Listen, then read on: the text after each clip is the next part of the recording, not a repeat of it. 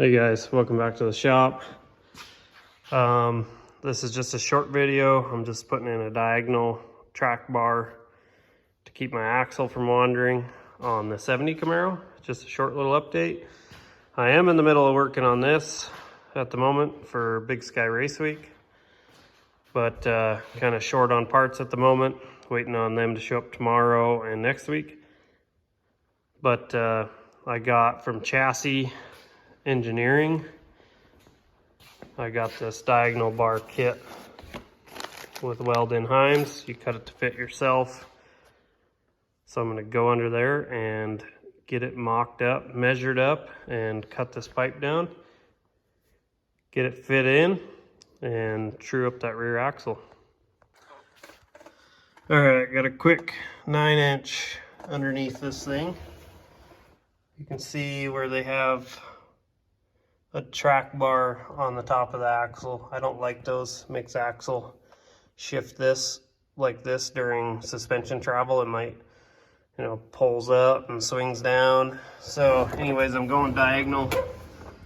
And how you do that is, this might be too loose of a bracket. Let's try the smaller one.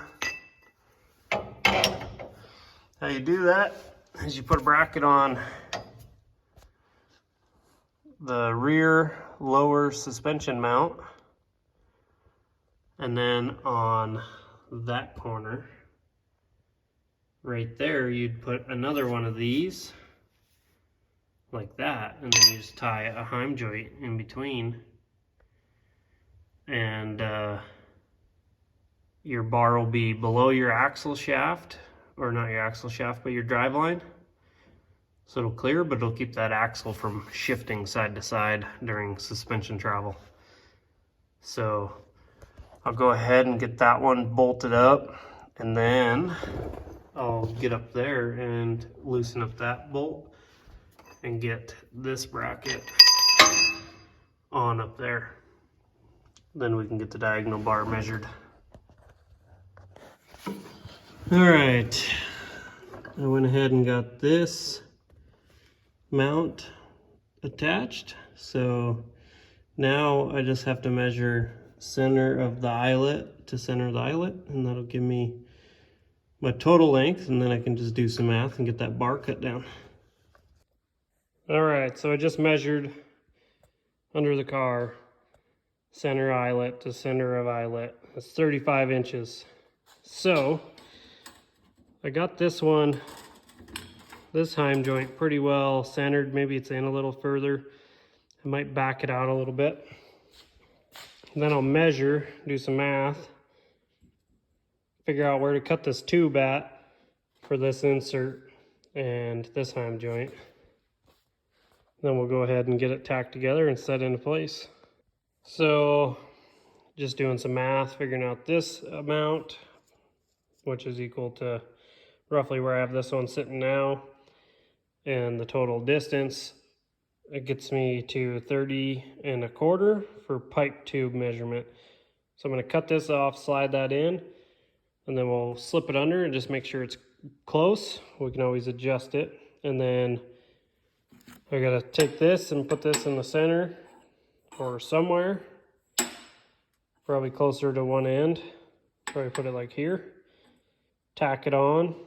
Get that tacked on, and we'll get it underneath and just make sure everything fits. All right, on my cluttered bench, went ahead and just put a couple tacks on this stuff. This one's tacked on both sides and both sides, if you know what I mean. Anyways, I'm gonna go ahead and slip this thing underneath and make sure it bolts up. All right, I went ahead and got that crossbar in place. That's roughly what the pinion will be facing towards, so that's below my drive shaft anyways. So I can go ahead and tighten up these, well, I guess I'm not going to tighten them up, these bolts. This whole rear end has to get pulled out. You can see it needs to be finish welded. I'm going to TIG this all, and at the same time I'll pull these out and TIG them as well. So that'll just keep this rear end from walking, and when I go put it all back together, I'll snug it all up so she don't walk and stays true.